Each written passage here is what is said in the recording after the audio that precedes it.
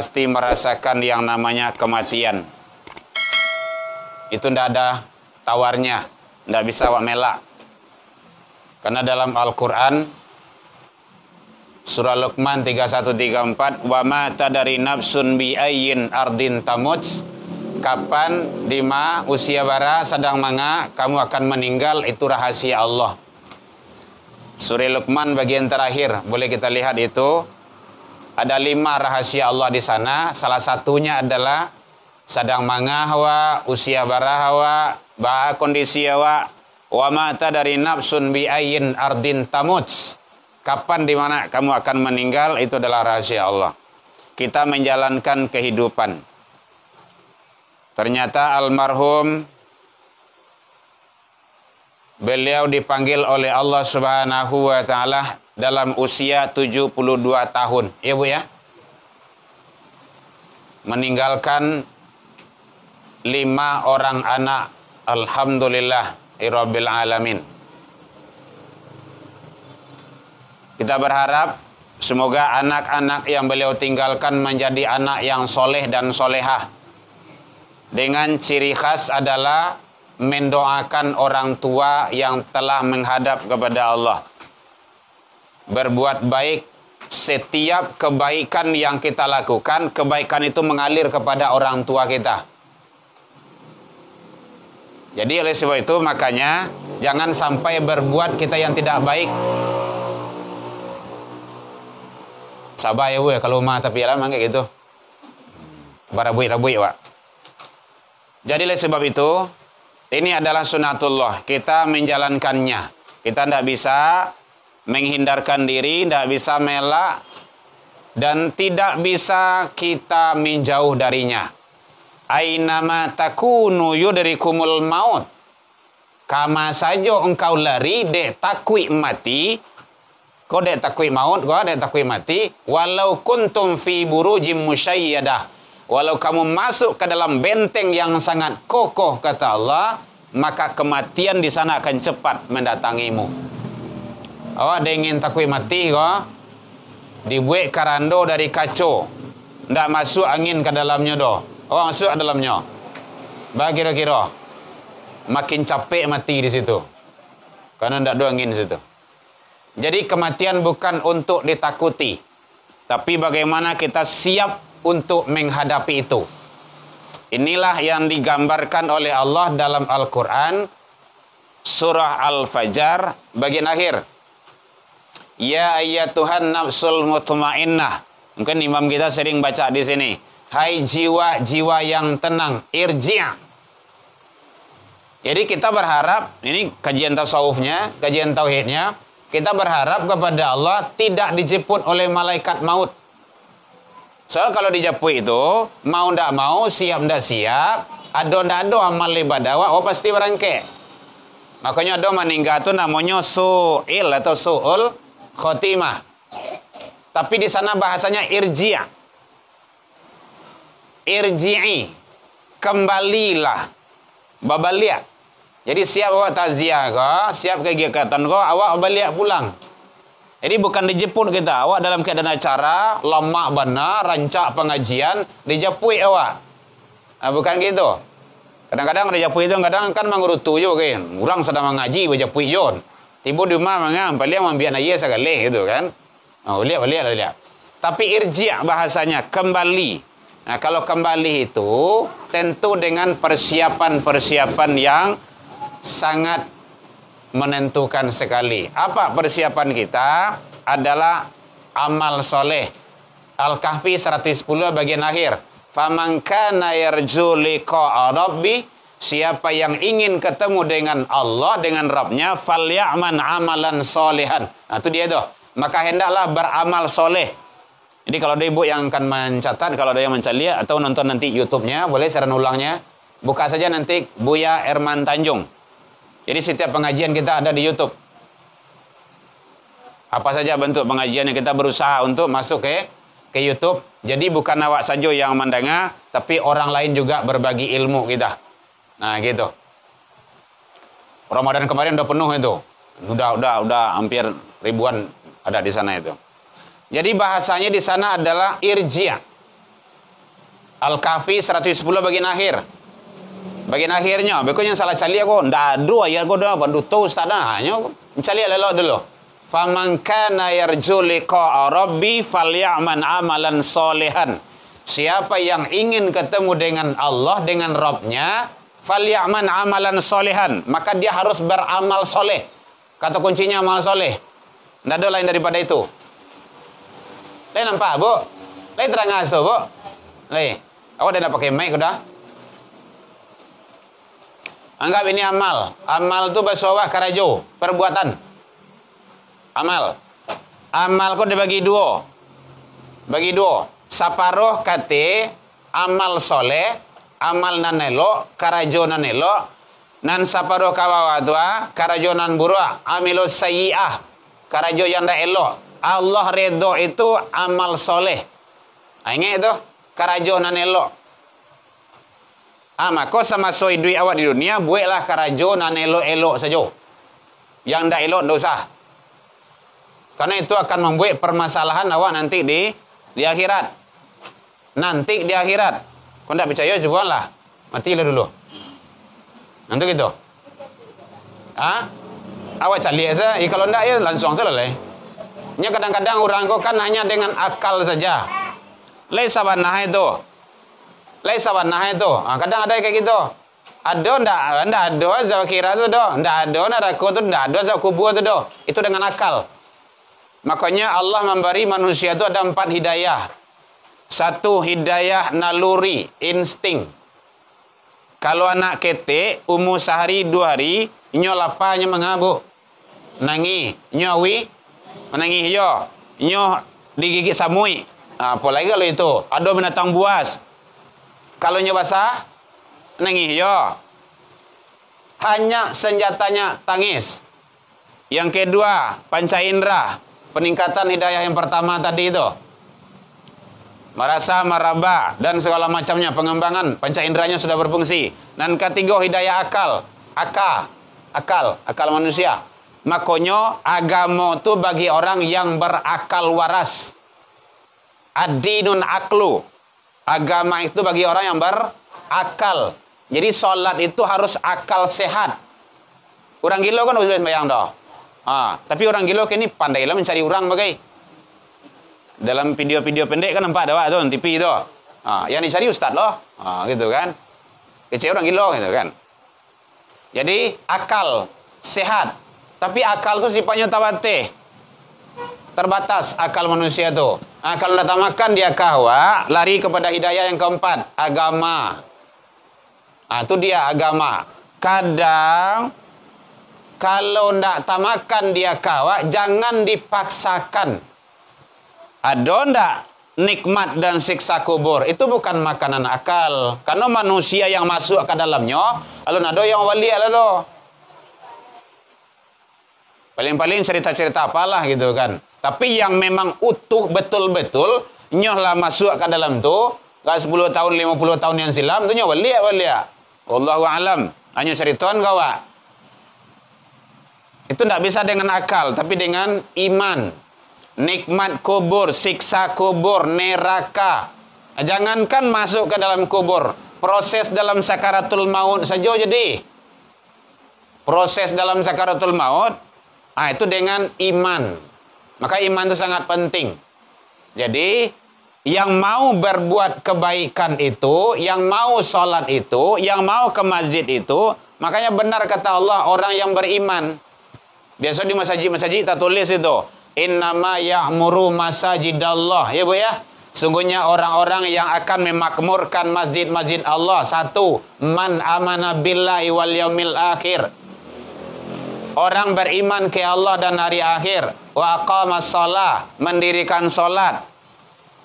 Jadi mendirikan salat bukan melaksanakan salat. Ini beda itu. Mendirikan salat dengan melaksanakan salat beda. Jadi qama bahasanya iqamat. Iqamat itu kalau tegak tu. Mulai tegak lah. Qad qamatis shalah, qad qamatis shalah. Jadi tegak lah salat. Nah gitu. Tapi kalau melaksanakan salat, i'malis shalah. Anak-anak kadang kau pandai gua salat gua.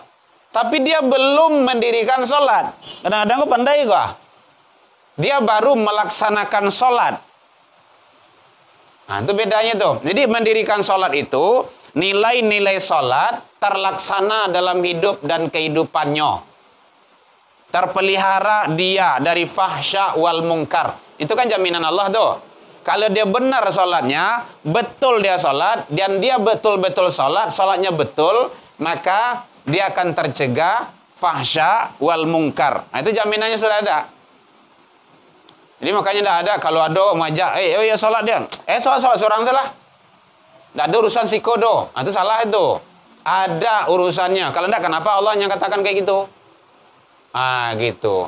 Jadi oleh sebab itu, ternyata sangat penting sekali bagaimana kita tetap selalu berada pada aturan Allah Subhanahu wa ta'ala.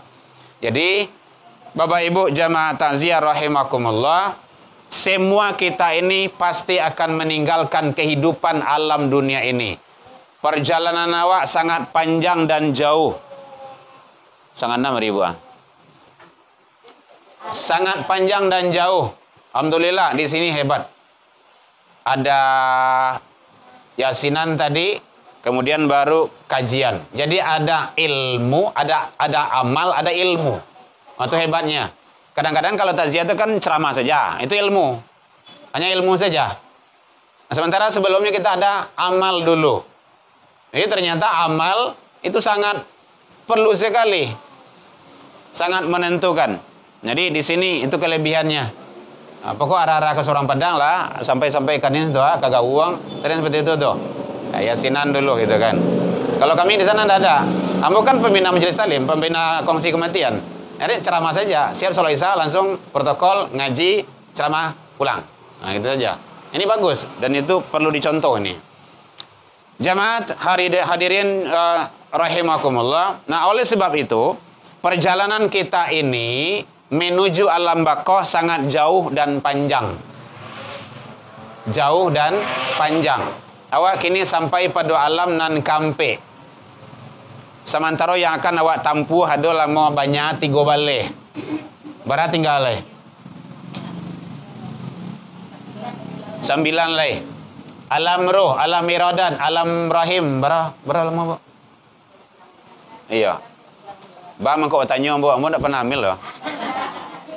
9 bulan, rato-rato, bisa capek, bisa lambe. Zaman kini bisa dipesan malam. Tanggal berapa di jam berapa gitu kan, bisa selesai gitu kan. Kemudian angkampe alam dunia, kok gini kok. 9 bulan 10 hari mau ndak mau harus keluar. Pindah. Ndak ada yang bertahan lama doh. Maka ndak ada yang bertahan lama hidup awak doh. Ndak ada yang sampai 2 tahun kabar ndak. Dalam paruh itu ndak ada. Sekarang kita berada di alam dunia. Alam yang keempat. Berapa lama? Ya seumur manusia. Kalau beliau almarhum ko 72. Awak wallahu alam, kita tidak tahu. Kalau Rasulullah 63. Kadang-kadang orang tua, kadang anak awak, kadang cucu awak yang duluan dari awak. Melihat kondisi ukuran umur masing-masing. Tapi konon kabalun ada sampai 300 tahun. Ada di sini. Di Sorong Padang kau ada ya, Bu? Belum ada. Nah, maka ibu kan aja minta doa panjang umur. Ya Allah, gila umur panjang. Gila kau dah 30 Pak. Dah bantu juga ada. Tunggu juga setinggalnya. Ya, sedang elok lah gitu kan. Yang penting kita bermanfaat. Mau kasih umur panjang tuh, walaupun umur awak pendek, tapi masih disabui orang kebaikan-kebaikan awak. Itu bantu. Kayak ibu-ibu nih majelis taklim. Hadirkan tarawih, istiqomah tarawih, datang tarawih. Walaupun awak sudah sekian tahun tidak ada kebaikan awak, deh ibu tu dulu rajin beliau datang. Yo ramai awak rasanya. Gitu kan. Jadi oleh sebab itu, maka kita ini selalu berpindah tempat. Setelah alam dunia ini kita pindah lagi. Alam sakarat. Alam maut. Panjang lagi itu.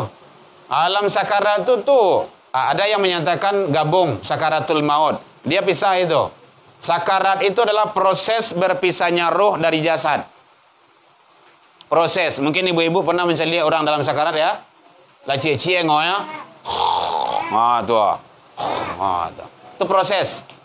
Belum meninggal. Sedang. Apalagi kalau sudah roh berada di kerongkongan itu. Makanya ada hadis yang menyatakan pintu taubat ditutup di situ. Kok kata taubat sebelum itu masih terima. Karena jaminan Allah kayak gitu.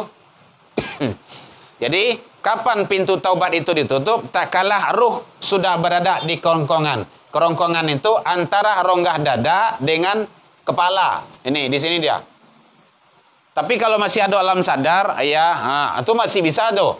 Tarimo taubat diterima. Qul ya ibadiyalladzina asrafu ala anfusihim.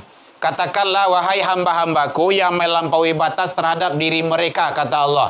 La taqnatu mir rahmatillah. Janganlah kamu khawatir dari rahmat Allah. Innahu yaghfirud dzunuba jami'a. Ada kata-kata jami'ah. Sesungguhnya dialah Allah akan mengampuni seluruh dosa dan kesalahanmu. Bila tak kalah roh masih belum nyampai di kerongkongan. Tapi kalau sudah di kerongkongan tak lagi. Pintu taubat ditutup. Contohnya Fir'aunnya taubat itu. Tapi di mana taubatnya? Di Laut Merah nyompi mati leh. Kecilnya amantu Rabbi wa Musa wa Harun. Saya beriman kepada Tuhan Musa dan Tuhan Harun. Siapa Tuhan Musa, Tuhan Harun? Allah. Gitu. Korun dia taubat itu. Tapi diterimakah taubatnya? Tidak. Kenapa? Ruh sudah berada di kerongkongan. Jadi kalau ada yang madok ke ibu segala macamnya batato ini orang banyak maksiat, banyak dosanya. Bu, kalau ambo taubat le diterima taubat ambo di awal. Lai. Itu caranya. Itu jawabannya. Kalau ambo mungkin ada PSK yang datang, orang-orang yang banyak berbuat maksiat datang ke ibu. Minta nasihat, minta arahan. Kalau ambo taubat le diterima taubat ambo mama, lai. Bila taubat kini cara itu cara itu kaji menurun tuh. Itu caranya. Syaratnya ada 3. 1, berjanji jangan mengulangi. Dan kedua, berhenti dari perbuatan itu. Ketiga, banyak lakukan kebaikan. Itu caranya. Kalau selama kau ndak salatnya dah, salat. Selama kau ndak kau masjid. Itu caranya dah. Kalau seperti itu dia insya-Allah. Karena Allah menyatakan ittaqillaha haitsuma kunta. Bertakwalah kamu kepada Allah di mana saja kamu berada. Dan iringilah wa atbi'i sayyatal hasanah tamhuha. Iringilah kesalahan-kesalahan dulu tuh dengan kebaikan yang banyak. Mudah-mudahan dia bisa menghapusnya. Tuh. Itu kuncinya tuh. Jadi oleh sebab itu, kita ini tidak ada yang luput dari kesalahan dan kekilafan. Dan awak pasti bersalah. Kullu bani Adam khata'. Tiap-tiap manusia itu bersalah. Namun manusia yang baik itu, dia salah, dia khilaf, tubu illallah. Taubat kepada Allah subhanahu wa ta'ala. Salah satu majelis ta'lim ini adalah sarana untuk kita selalu mendekat kepada Allah. Banyak ilmu, ini sangat bagus sekali. Jadi majelis ta'lim itu pertahankan ibu-ibu, bapak. Jangan sampai awak ala gabung majelis ta'lim sudah tua berhenti. Rugi ya wak. Namanya majelis ta'lim. Ilmu, majelis ilmu. Tapi tidak pakai kunci yang ke situ doh. Tambah ilmu. Tidak pakai fitnah doh. Tambah ilmu. Kalau kita berada di majelis ilmu itu selalu mendapat naungan dan rahmat dari Allah Subhanahu wa ta'ala. Jangankan itu, jangankan sampai di masjid, menjalan ke rumah saji itu dosa lah diampuni di Allah. Man salaka tariqan yaltamisu fihi ilman. Siapa yang menempuh suatu jalan, siapa yang berjalan pergi ke majelis ilmu, majelis ta'lim, sahalallahu lahu tariqan ilal jannah. Allah sudah membentangkan jalan menuju surga baginya. Satu. Kalau ingin ibu lihat referensinya boleh dalam kitab Tarhib wa Targhib. Kitab hadis. Yang kedua, man kharaja, siapa yang keluar dari rumahnya, melangkah dia pergi ke majelis ilmu, taktubul hasanah, satu kaki langkah yang dilangkahkannya itu dibalas dengan kebaikan oleh Allah Subhanahu wa taala. Dan satu langkahnya lagi, biasanya melangkah dua kaki kok, jarang encik kakinya. Aduh, cik kaki. Melompat-lompat itu. Dan satu langkah kakinya lagi, maka dihapus kesalahan dan dosanya. Akan hebat tuh. Hatta yarji', sampai dia kembali pulang. Kini awak balik pulang kok. Alun masih dalam ampunan Allah. Hebat majelis ilmu tuh. Makanya kalau ada wirid pengajian, kegiatan-kegiatan majelis ilmu, datangi. Ndak rugi. Nyampang awak meninggal di situ, meninggal dalam perjalanan, meninggal dalam keadaan ampunan Allah Subhanahu wa taala. Hebat majelis ilmu itu. Baik Bapak Ibu, majelis rahimakumullah, mudah-mudahan Allah memberikan yang terbaik bagi kita, terutama kepada almarhum yang telah mendahului kita. Yang beliau naman yang nangko ibarat bajalan lah sampai ke bate, balaya sampai ke pulau nampunyo datang menyepuit namana dan datang membuik. Kita sarahkan kepada Allah Subhanahu wa taala. Karena tidak ada manusia itu yang tidak akan kembali ke sana. Kemudian bahwa beliau ada meninggalkan anak. Jadilah anak-anak yang soleh dan soleha. Dan jangan lupa mendoakan orang tua kita. Karena ciri-ciri anak soleh itu adalah selalu berbuat kebaikan, mendoakan orang tua. Setiap kebaikan yang dilakukan oleh sang anak, maka kebaikan itu mengalir kepada orang tua kita tersebut. Ini yang dimaksud dengan bagaikan anak yang soleh, yang selalu berbuat kebaikan, mendoakan orang tuanya dalam kebaikan-kebaikan di sisi Allah Subhanahu wa taala. Baik, demikian saja. Pas jam 5:30 lewat. Tadi jam 5. Ibu-ibu jauh, ambo dekeknya. Ambo di Bali. Ada yang kabatannya boleh 5 menit. Menjalang hidangan ke muka. Ini dia nampak masalahnya kok. Ya, jangan nampak ya nak, Bu. Tadi Bapak bilang Bapak akan mengampunkan kita bertobat. Ya. Roh di kerongkongan. Nah, yang jadi pertanyaan saya, apakah diwajibkan kalau seseorang yang bertobat itu dengan mandi, dengan sholat tobat, sunat tobat? Apabila dia misalnya ini dalam keadaan sakit, tidak bisa mengerjakan sholat sunat tobat itu, apakah tobatannya itu diterima sama Allah atau tidak? Udah, Bu. Baik, terima kasih. Tapi perlu garis bawahi dulu. Kita bertobat itu, ya jangan nunggu mati dulu, gitu kan. Dake-dake ke mati lah, mau tobat yang ya. Ya kalau tahu wak, gitu. Kalau indah, gitu. Jadi, bahwa taubat itu tidak harus menunggu di akhir-akhir ajal kita.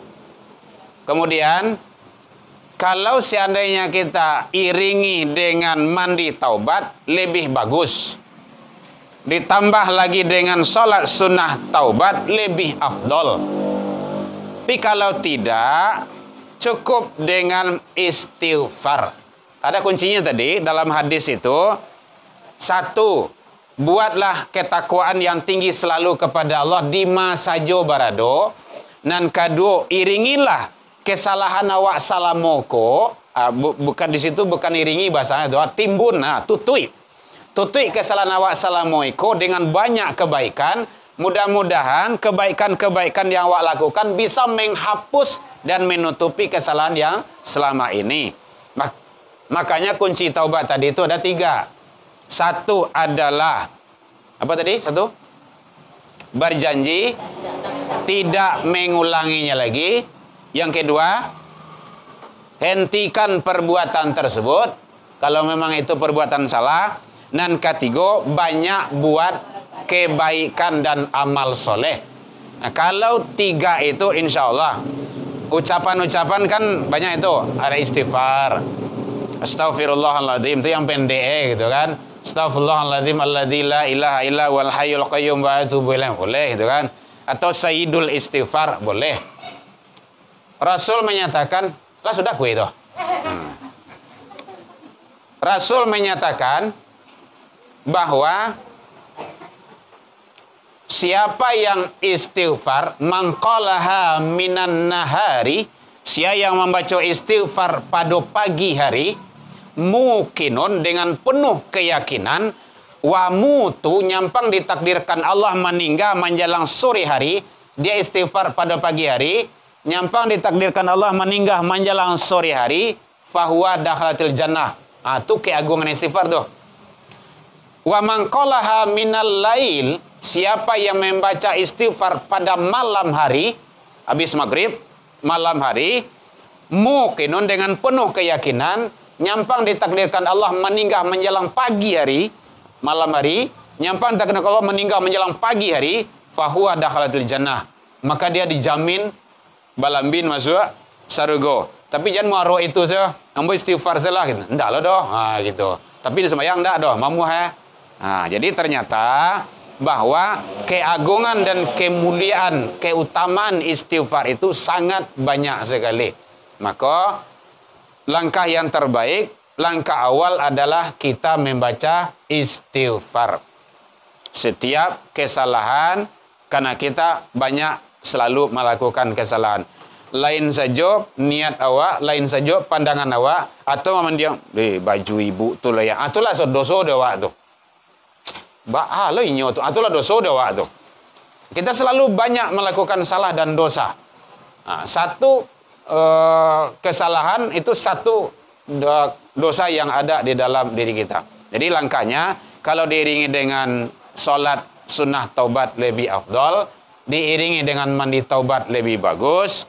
Kalau tidak ini masalah, boleh dengan ucapan istighfar atau dengan selalu memperbanyak amal-amal soleh dan kebaikan lainnya. Baik, oke Ibu ya. Yang lain? Kalau tidak, demikian saja. Walaupun minkum dalam penyampaian nambo tadi kok kurang lama manihe racik bawang dek kurang alu hirono pici dek kurang kuni atau masakan talam biak mata. Maafkan ambo tentang itu. Lai dimaafkan Bapak Ibu hadirin. Ternyata ambo sekampung jo ibu apa kah? Ambo orang pasisi, orang Kambang gitu kan. Oh sama ya? Lai mah. Ya. Assalamualaikum Lampuang. Ambo di Kota Kandi, Bu. Di Papua, kata Papua. Jadi mohon maaf terlebih dan terkurang. Memang Ramadan kemarin tidak ada di sini. Tapi kalau arah-arah ke sana ada gitu kan. Masih raya gantian ada gitu kan. Jadi itulah, kalau ibu ingin saran ulangnya, boleh lihat nanti di YouTube. Buka saja nanti Erman Tanjung, insya Allah ada gitu kan. Seluruh kajian-kajian keagamaan di sana. Ila liqa fastabiqul khairat, wabillahi taufik wal hidayah. Wassalamualaikum warahmatullahi wabarakatuh.